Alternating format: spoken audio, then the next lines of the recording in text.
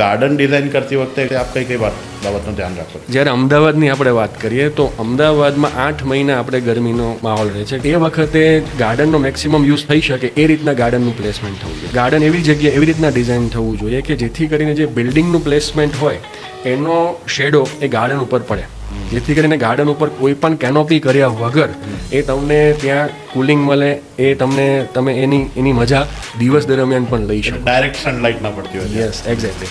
હું તમને અમારે અમે ડૉક્ટર ફેમિલી માટે એક બંગલો ડિઝાઇન કર્યો છે અને લગભગ 1200 વારનો પ્લોટ છે ને એમાં 11,500 સ્ક્વેર ફીટનું બાંધકામ અમે કર્યું છે ત્યાં. હવે એમાં સાઉથ અને વેસ્ટ ફેસિંગ પ્લોટ છે, તો અમે બિલ્ડિંગનું પ્લેસમેન્ટ સાઉથ વેસ્ટ કોર્નર ઉપર કર્યું છે અને ગાર્ડન છે ને એ નોર્થ ઇસ્ટ કોર્નરમાં પ્રપોઝ કર્યો છે. અને તમે અત્યારે ત્યાં એ જગ્યા ઉપર તમે જાઓ તો you can feel the temperature difference, કે તમે બપોરે 3 વાગે પણ એ ગાર્ડનની અંદર ખુલ્લા પગે ચાલી શકો અને તમે ગાર્ડનનું યુટિલાઇઝેશન પ્રોપર વેમાં દિવસ દરમિયાન પણ કરી શકો.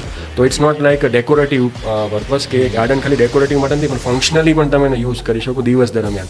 તો બહુ અગત્યનું છે કે ગાર્ડનનું પ્લેસમેન્ટ કઈ જગ્યાએ કરવામાં આવે છે અને એ ગાર્ડન અને બિલ્ડિંગ એ બંને એકબીજાને સપોર્ટિવ એલિમેન્ટ્સ કોમ્પ્લિમેન્ટ કરતા હોવા જોઈએ. એક્ઝેક્ટલી.